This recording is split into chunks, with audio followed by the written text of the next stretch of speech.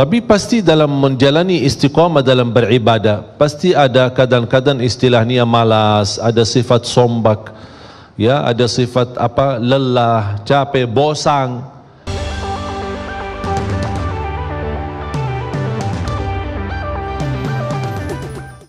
Bismillahirrahmanirrahim. Assalamualaikum warahmatullahi wabarakatuh.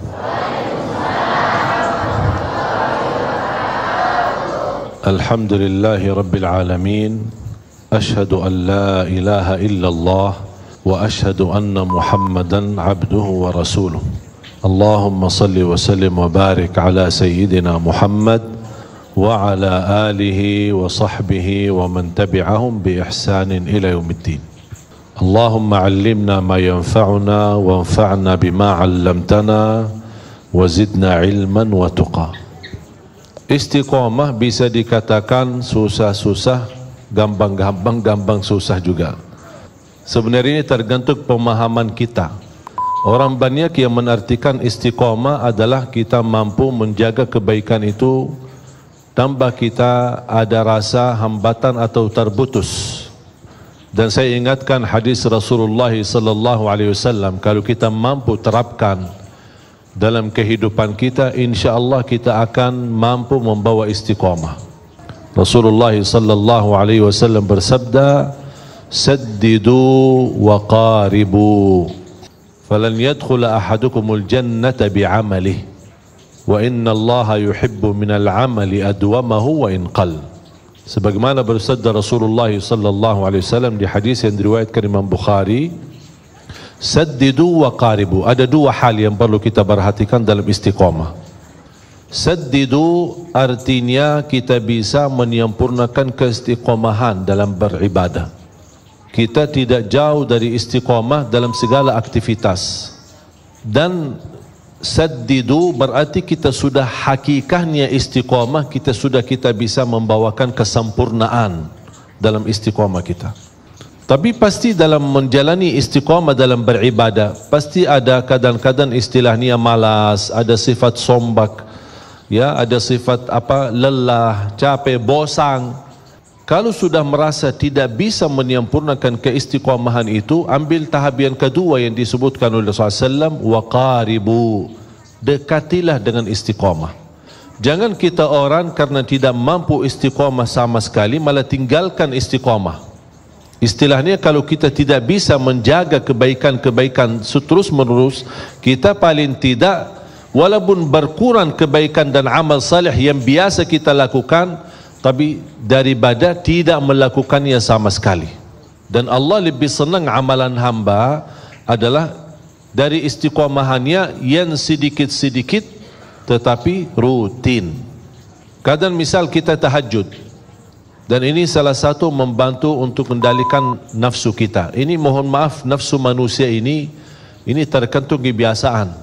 Kalau kita misal melihat makanan enak, kalau dibiasakan makan sambil habis tambah lagi, kalau sudah terbiasa seperti ini, dia tidak akan pernah puas. Apalagi melihat menu makanannya macam-macam. Kita masuk ke salah satu tempat makanan yang sudah disediain macam-macam.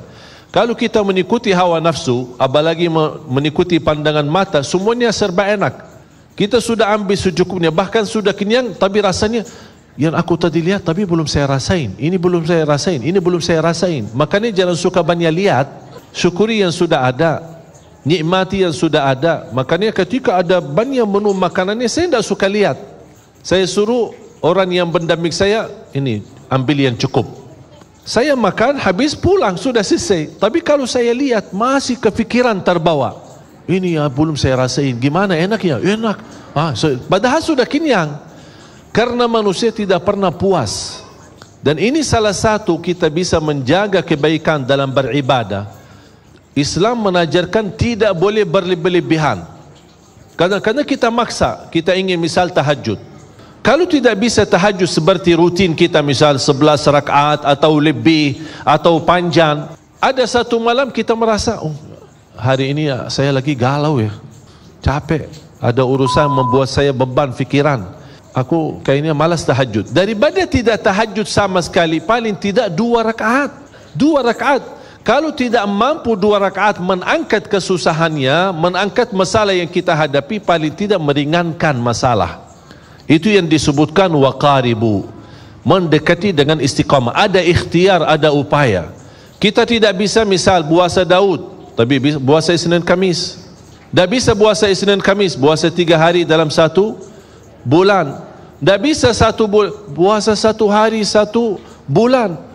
Rasulullah SAW bersabda, man sama yawman fi sabilillah ba'adahu Allahu 'anil nari 70 kharifa. Karena inti daripada puasa adalah benar-benar puasa lillahi ta'ala imanan wa ihtisaba. Percaya, beriman kepada Allah, menjalankan ibadah puasa dan mengharapkan ridha Allah Subhanahu wa taala, dibalas kebaikan. Siapa yang tidak harap dibalas kebaikan oleh Allah Subhanahu wa taala?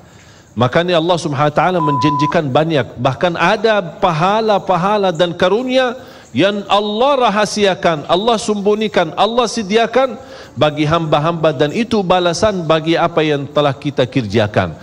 A'udzu billahi minasyaitonir rajim. Bismillahirrahmanirrahim. فلا تعلم نفس ما أخفي لهم من قرة أعين جزاء بما كانوا يعملون. Allah Subhanahu wa taala memberikan berita gembira bagi hamba yang selalu baik sangka sama Allah Subhanahu wa taala. Tidak ada jiwa pun yang boleh tahu apa yang telah dirahasiakan oleh Allah dari pahala. Tapi jumpa yang membuat menarik di janji Allah ini, bukan pahala yang dirahasiakan, tapi pahala yang dirahasiakan ini bakal akan menenangkan hati, kata Allah Subhanahu wa taala. Akan membuat kamu puas, membuat kamu bahagia, kata Allah Subhanahu wa taala. Percaya enggak janji Allah? Kenapa ya Allah dirahasiakan sampai balasan ini akan menenangkan hati? Jazaa'an bima kanu ya'malun. Banyak atau sedikit, itu akan menjadi balasan bagi apa yang telah kamu kerjakan. Itulah istiqamah. Kita bisa kendalikan diri, kalau tidak mampu sempurna, barin tidak berusaha mendekati kepada istiqamah. A'udzu billahi minasyaitonir rajim. Bismillahirrahmanirrahim. Alhamdulillahi rabbil alamin. Ar-Rahmanir Rahim.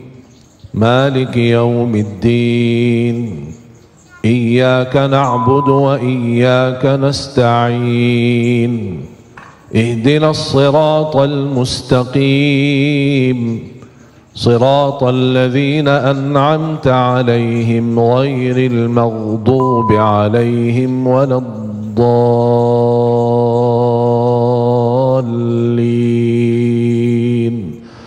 آمين. Jemaah sekalian, sebenarnya Al-Fatihah ini kalau kita bisa hayati, bisa belajari, itu sudah luar biasa, memberikan kecukupan dalam segala hal.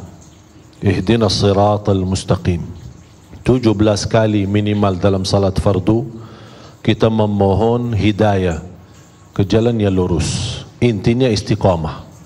Ya muqallibal qulub thabbit qalbi ala dinik. Yang membola balik hati, tetapkan hatiku atas agamamu. Hidayah ini dan memohon istiqamah bukan hanya kebutuhan kita. Semua para nabi dan rasul memohon istiqamah, memohon hidayah dari Allah Subhanahu wa taala. Yang menarik di suratul Fatihah, dan ini menjadi pelajaran buat kita sebelum kita memohon istiqamah, selain apa yang tadi saya sampaikan, kan ada upaya. Ya, kalau tidak bisa sempurna, paling tidak dekat dengan kesempurnaan. Kalau tidak bisa, dengan membawa hakikat istiqamah, berusaha mendekati dengan istiqamah.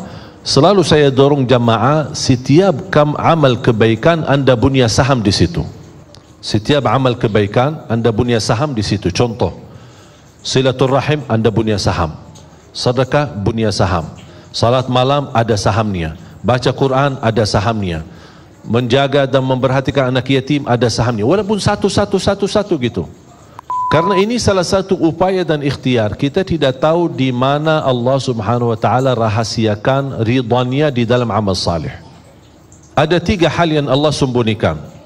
Allah sembunyikan keridaannya di dalam amal salih. Kita tidak tahu di mana amal salih yang ada di dalamnya ridha Allah. Barang siapa yang melakukannya dapat ridha Allah. Dengan mendapatkan ridha Allah, beres dunia akhirat, sudah selesai. Cuma masalahnya kita tidak tahu di mana amal salih yang ada di situ ridha Allah Subhanahu wa taala. Yang kedua, Allah rahasiakan kemurkaannya dalam dosa dan maksiat. Kadang-kadang orang satu kali berbuat dosa tapi bisa menjadi celaka dunia akhirat, na'udzubillah, karena dia kena kemurkaan Allah di saat itu. Yang ketiga, Allah rahasiakan waliullah. Tidak ada yang tahu siapa waliullah di antara manusia. Kadang-kadang bisa waliullah di tengah kita. Kenapa Allah rahasiakan waliullah di tengah kita? Supaya kita tidak sembarangan menghina manusia. Bisa jadi anda salah menghina waliullah. Makanya kita belajar menghormati semua manusia. Dia tukang sapu, tukang sampah, tukang apa, kita tidak tahu. Barangkali dia waliullah. Karena bisa mendapat darajat waliullah itu bisa dengan satu kebaikan yang dia lakukan, Allah angkat kemuliaannya, Allah angkat darajatnya menjadi mulia di mata Allah Subhanahu wa taala. Makanya jangan kita sembarangan menghina orang. Kembali lagi, kebaikan dan keridhaan Allah dalam amal salih. Misal contoh, wanita yang kita semua hafal kisahnya, yang tidak pernah berbuat kebaikan, hanya satu kali dia memberikan air minum kepada ekor anjing. Allah SWT melihat perbuatannya, Allah syukuri perbuatannya, Allah ampuni dosanya, Allah masukkan dia dalam surga. Itu yang disebutkan oleh ulama. Ternyata ketika dia beramal salih di situ kena ridha Allah Subhanahu wa taala. Ada di antara kita yang bisa mendapatkan ridha Allah di dalam salat malamnya. Makanya kembali jamaah sekalian, setiap amal salih anda punya saham. Tapi di antara amal salih, mana yang kira-kira kesukaan hatimu? Ada yang lebih cenderung kepada puasa. Udahlah, berbanyak puasa. Ada yang merasa lebih banyak aku suka tahajud. Udahlah, berbanyak tahajud. Tapi jangan lupa, di amal-amal salih yang lain anda punya saham walaupun sedikit. Contoh, sedekah walaupun 5.000 sehari, walaupun 1.000 sehari, walaupun seperak sehari. Ada upaya, ada sesuatu supaya segala amal kebaikan yang kita tahu, yang kita fahami, yang kita belajari, insya-Allah menjadi saksi baik. Allah Maha tahu, oh ternyata hamba ini setiap ada amal salih, dia di situ punya saham walaupun sedikit. Itu yang disebutkan sedikit tetapi istiqamah, lebih disukai dan dicintai oleh Allah Subhanahu wa taala. Makanya jamaah sekalian, semakin kita memahami istiqamah dengan pandangan mudah, insya-Allah bakal mudah. Tapi kalau kita merasa, aduh gimana aku susah istiqamah, aku kemarin bisa begini, tapi alhamdulillah